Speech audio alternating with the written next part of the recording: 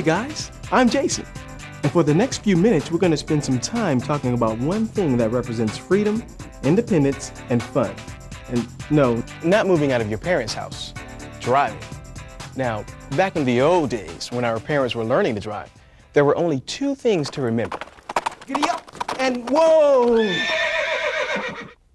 But seriously, today we have superhighways, we have heavy traffic, and way more distractions than your parents ever had. You know, safe driving is a bigger challenge than ever before, especially for new drivers. Now, you already know about how to wear your seatbelt properly, airbag safety, how to use your mirrors, and how to drive defensively. All that good stuff. But in this video, we've got even more information that can help you become a better driver and prove you're responsible enough to borrow the car whenever you need it. In fact, I have a whole box load of different stuff to talk about, like your radio, fast food, maps, your Neil Diamond CD, well, maybe not Neil, and hey, even your friends. Okay, you guys, please stop. I'm trying to drive. Now that's what I call a moving violation. If you're a passenger in the car, be considerate. Don't distract the driver. And drivers, don't let yourself be distracted by these knuckleheads. It's not a good idea to pile a whole bunch of teenagers into one car anyway. And if you're a beginning driver, it may even be illegal in your state to carry this many passengers. Please, let's not meet by accident. Here's another favorite pet peeve of mine. Girls who put their makeup on while they're trying to drive. You know this scene is not going to end well. Forget about the fact she could smash her dad's new car. Look at her mascara. It's a wreck. Your motor vehicle is not a beauty parlor, my friends. You may not know it, but motor vehicle crashes are the leading cause of death for people from 15 to 20 years old. And distractions play no small role. In fact, driving distractions contribute to about 1 in 4 collisions. Let's do the math. That's more than 1.5 million accidents a year. That's 4,300 crashes every day. That's 182 every hour. That means we've had 3 accidents since this video started. You know another driving distraction that just eats at me? Just because you can order food at a drive-thru doesn't mean you have to chow down while you're driving. Thank you. Come on now. Can you really enjoy your chili cheese dog at 60 miles per hour? That's not why they call it fast food. Talk about your crash diet. That food is supposed to go in you, not on you. What a mess. Look, take time to eat inside the restaurant. Or take the food home.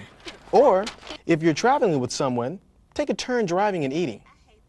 Now, here's a good thing to do. Susie has pulled off the road well away from traffic to make a cell phone call to let her mom know she's going to be home late. See how she picked a safe, busy, well-lit area to make her call? She's a real role model, that girl. I'm not answering that. Here's the beautiful thing about voicemail. If you're busy, say, driving, let voicemail pick it up. You can call them back later. With voicemail and caller ID, you never miss a call. Even if you don't have voicemail, you don't have to answer the phone every time it rings. If you're driving, just let it ring. Trust me, they'll call back. No! And hey, you should never have emotional conversations in the car under any circumstances on the phone or with a passenger. It's just too distracting. And while we're on the subject, driving and dialing or looking for numbers or taking notes is not really smart either. And another thing, most of us can't read a map as it is. Don't try to do this while you're driving. Okay, everybody listens to the radio, or CD. Here's the problem. Say you look down to change stations, say it takes 2 seconds, and you're driving 60 miles an hour. Time out. You've just traveled 176 feet without looking up. That's more than half a football field. You have to pay attention, or you're going to pay a penalty. Here's an idea. You want to change the radio station? Ask your passenger to do it for you. Don't have a passenger? Then wait until you're at a stop sign.